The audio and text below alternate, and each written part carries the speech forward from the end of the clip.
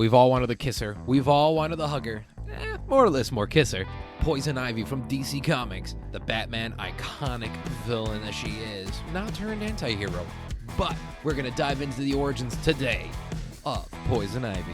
Hey guys, welcome to the Comic Chronicle podcast, a little segment for you guys where we explain comic origins and also storylines and much, much more. Not the main Comic Chronicle podcast, but a little branch, if you will.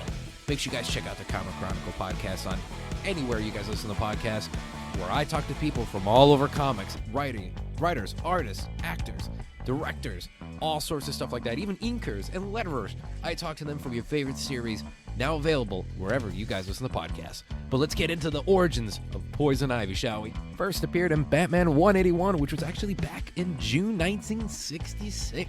Which figures around the 60s with hippies and such like that too. Poison Ivy was a thing. Who might have judged? I love Ivy.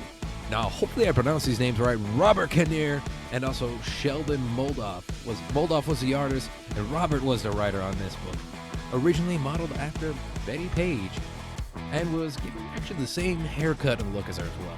Partially inspired by the short story Rappaccini's Daughter by Nathaniel Hawthorne, which is also that story. Once was a biochemist slash botanist before an accident. And after that accident, as we all know, Poison Ivy, she declared herself nature's daughter and the world's rightful ruler. But later shown actually being gifted environmental powers by the Green, which of course is how Swamp Thing gets his powers, which is the Green. Power of toxins and pheromonal powers and pheromones and controlling plants and all that jazz like that. We know that villain of Poison Ivy, but let's get into what she was before Pamela Isley. Now, the original origin comes pre-Crisis on Infinite Earths and was changed the Citadel a little bit from what we know and love. Dr. Lillian Rose was her name, a botanist that was talked into helping Mark Lagarde to steal an Egyptian artifact holding ancient herbs, and she was poisoned, of course! Dastardly little bastard. It was poisoned with the herbs that covered its tracks, and she survived and find out she's immune to natural toxins and diseases.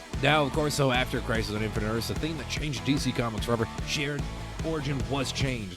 Origins was retconned after in Secret Origins number 36 in 1988 by Neil Gaiman and written to be Dr. Pamela Lillian Isley, a Gotham botanist who survived an attack and again and transformed into Poison Ivy.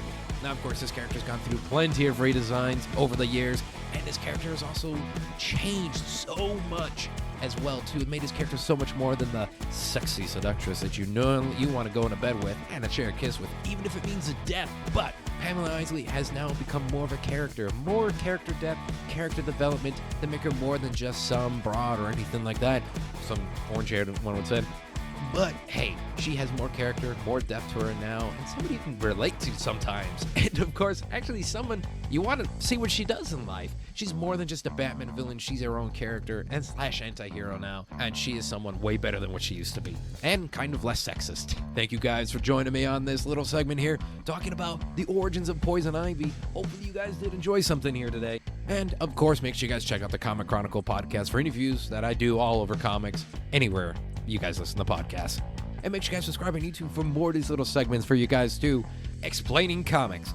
And leave a like in the video if you guys enjoyed it. Comment down below things that you guys would want to see me cover here on the show for the Comic Chronicle podcast and much, much more. Stay tuned, folks. And of course, as always, stay creative, everyone.